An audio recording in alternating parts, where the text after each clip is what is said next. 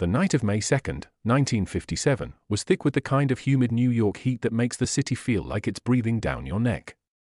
Frank Costello, the Prime Minister of the Underworld, wasn't a man who moved in the shadows, he was a man who owned the light. He had spent the evening dining at Laidlawn with his wife and friends, radiating the quiet confidence of a man who had successfully managed 20 years of peace between the most violent men on earth. He was 66 years old, dressed in a custom-tailored silk suit, his silver hair perfectly coiffed, and his mind likely wandering toward his planned retirement. As his taxi pulled up to the front of the Majestic apartments on Central Park West, Costello stepped out into the night air. He didn't have a bodyguard. He didn't have a gun. He believed that his diplomacy was his armor. He was wrong. As he crossed the threshold of the lobby, a massive shadow detached itself from the marble pillars. The air in the lobby suddenly felt electric, charged with a lethal intent that Costello hadn't felt in decades.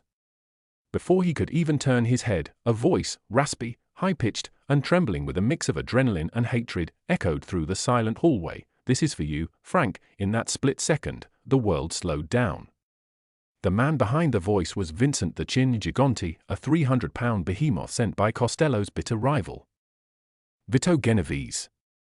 Gigante had been given a simple order: end the era of the Prime Minister. He stood only a few feet away, his arm outstretched, a .38 caliber revolver pointed directly at the back of Costello's skull. But Gigante made the amateur mistake that every loud power player makes: he wanted to be heard.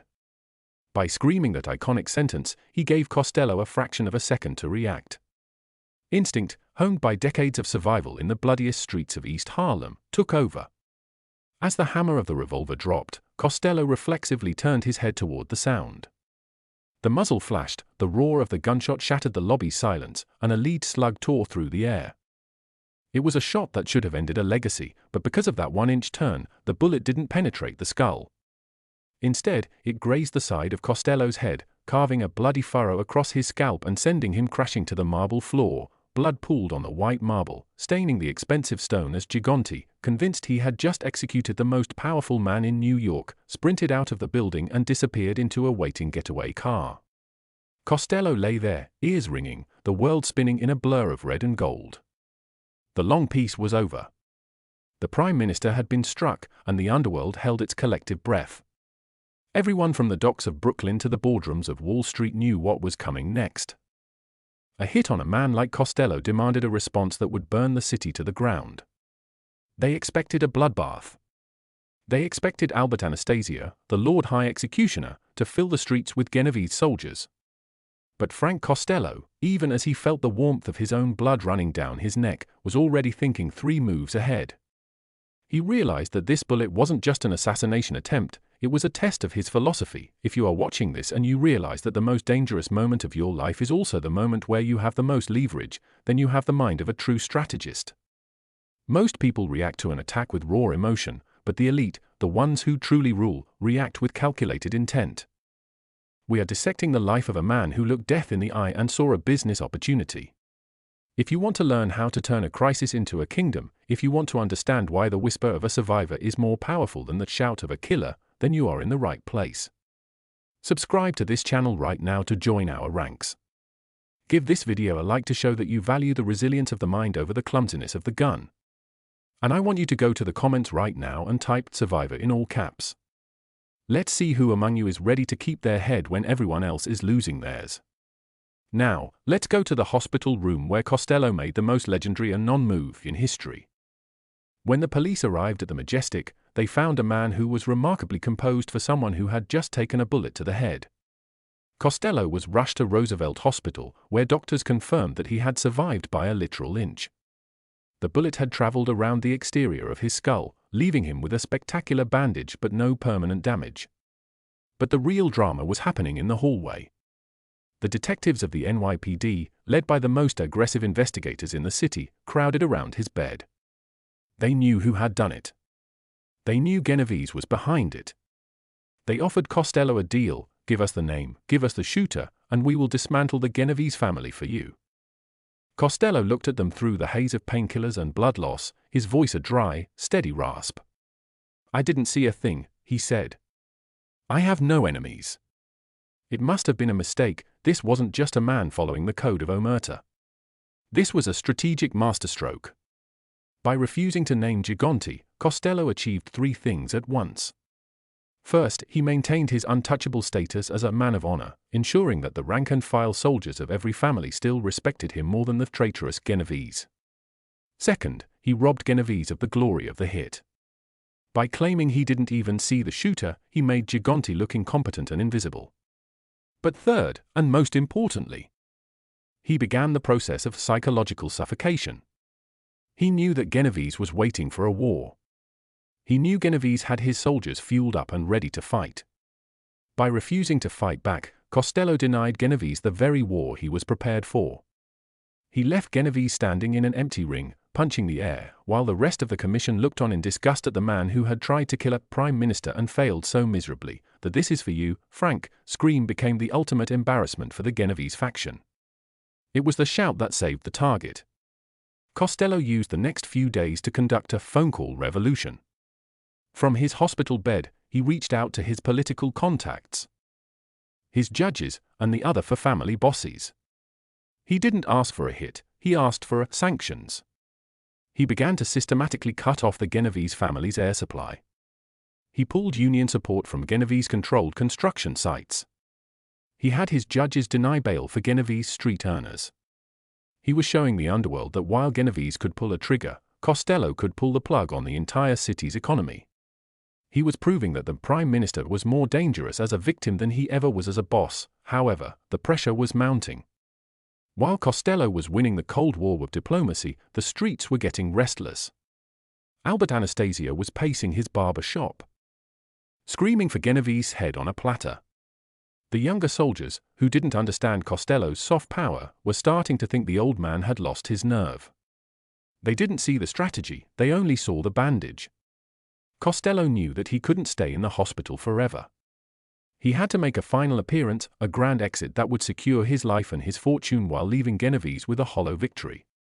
He was preparing for the most dangerous negotiation of his life, a meeting where he would walk into a room full of men who wanted him dead and walk out a billionaire.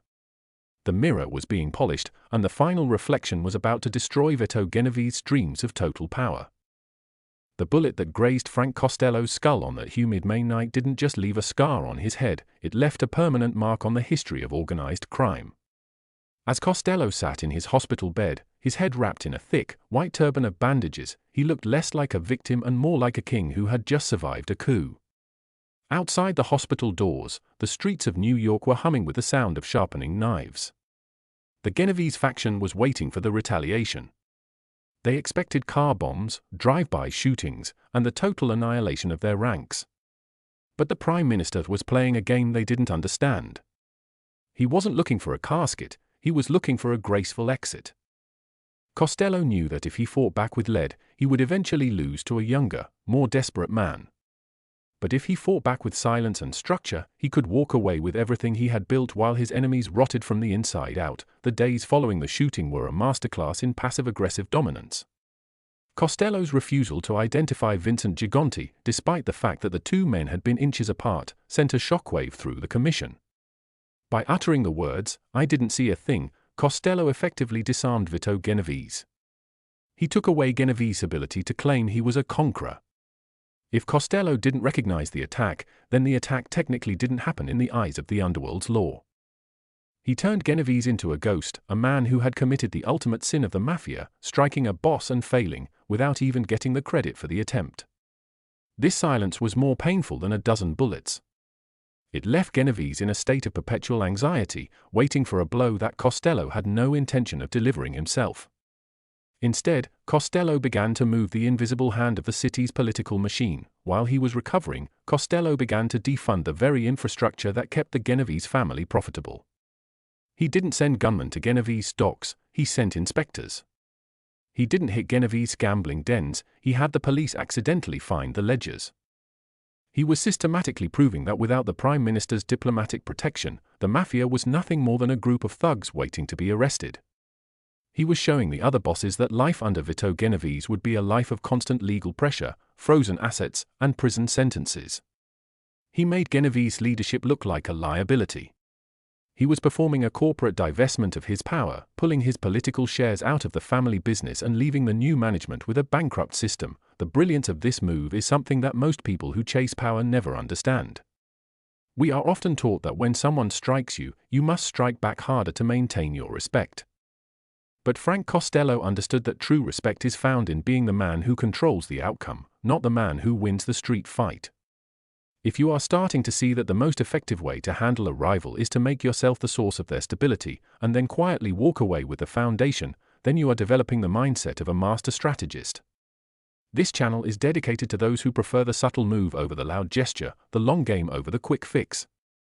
If you want to refine your ability to navigate the most complex human power structures and emerge untouched, you are in the right place. Subscribe to this channel right now and join a community that values intellectual dominance over raw force. Give this video a like to show that you recognize the genius of the non-violent counterattack. And I want you to go to the comments right now and type architect in all caps. Let's see who among you is ready to trade their ego for ultimate leverage. Now, let's look at the meeting where Costello finally closed the book on the Mafia's violent past. In late 1957, Costello called for a secret summit. He didn't want a showdown, he wanted a settlement. He met with Vito Genovese in a nondescript location, far from the prying eyes of the FBI. Costello, still bearing the faint physical and psychological scars of the shooting, looked at the man who had tried to have him murdered. He didn't offer a threat. He offered a resignation package. He told Genovese, "You want the title? Take it. You want the seat? It's yours. But you pay me for the peace." He negotiated a massive retirement, $100 million exit strategy funded by the very rackets he had built over 30 years. He agreed to step down as the boss of the family, but he kept his secret stakes in the construction unions and his consulting ties to the gambling interests in Las Vegas. He did what no other mob boss had ever done. He resigned with his life, his fortune, and his freedom intact. Costello's prediction about Genovese's leadership came true with terrifying speed. Without Costello to act as the buffer between the mob and the government, and without his ability to mediate the internal narcissism of the other bosses, the commission began to unravel. Genovese, desperate to prove his dominance, called for a massive meeting in Appalachian, New York, to formalize his new role as the boss of all bosses. It was exactly the kind of loud, ego-driven mistake Costello would have never made. The police raided the meeting, arresting dozens of the nation's top mobsters and exposing the existence of the Mafia to the American public for the first time in history. The long peace Costello had maintained for 20 years was shattered in a single afternoon of Genovese's incompetence. While the other bosses were being hauled off to prison, Frank Costello was sitting in his garden, sipping a glass of wine, a private citizen who was legally retired. The final act of Costello's piece was the most Machiavellian of all. Shortly after the Appalachian disaster, a massive drug conspiracy case was built against Vito Genovese. Many historians believe that the information that led to Genovese's conviction, information that kept him in prison for the rest of his life, was quietly fed to the authorities through the very political and judicial channels that Costello still controlled from his garden. He didn't need to pull a trigger, he just had to let the system he had cultivated for 30 years do the work for him. Genovese died in a federal cell. Bitter, broken, and powerless. Frank Costello died in a hospital bed at the age of 82, surrounded by his family, a respected man in his own right who had outmaneuvered the most dangerous men in America. Costello's life serves as the ultimate manual for the diplomacy of power. He proved that you can rule 20 narcissistic killers not by being more violent than them, but by being more necessary than them. He taught the world that the Prime Minister is always more powerful than the king because the king is a target, while the Prime Minister is the one who keeps the kingdom running. He turned the Mafia into a corporate state and then successfully exited that state with a golden parachute that lasted until his final breath. He was the only man who could look at a bullet aimed at his head and see an opportunity for a peaceful, billionaire retirement. As we look back at the legacy of the man who survived the lobby of the Majestic, we see a blueprint for modern influence. Costello's success wasn't built on fear, but on value. He made sure that everyone who dealt with him, from the lowliest soldier to the highest-ranking senator, gained something from his presence. And when he removed that presence, the void he left behind was so great that his enemies collapsed into it. He was the architect of a silence that was louder than any explosion, a man who proved that in the high-stakes game of life, the ultimate win isn't standing over your enemy's grave, it's outliving them while they sit in a cell you helped build. The story of the Prime Minister's last inch is a reminder that in every conflict, there is a path that leads away from destruction and toward a more permanent form of dominance. Frank Costello didn't just survive the Mafia, he mastered it, refined it, and eventually, he outgrew it. He left behind no monuments, no statues, and no territory marked in blood. Instead, he left behind a lesson that continues to echo through the boardrooms and corridors of power today. If you want to rule the world, start by ruling your own ego. The next time someone shouts, "This is for you," you make sure you have the discipline to turn your head just enough to survive, and then have the brilliance to make them pay for the rest of their lives without ever saying a word.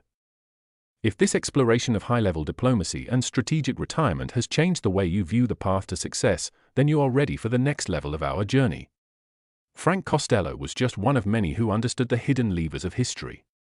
Make sure you are subscribed so you are the first to witness our next deep dive into the shadows of power. Like this video to help us bring more of these unspoken strategies to light. And before you go, tell me in the comments, if you were Frank Costello, would you have sought revenge after the shooting, or would you have had the discipline to walk away with $100 million? Let's debate the price of peace. Stay sharp, stay diplomatic. And always remember, the most powerful move is the one your enemy never sees coming because it doesn't look like an attack. We'll see you in the next story.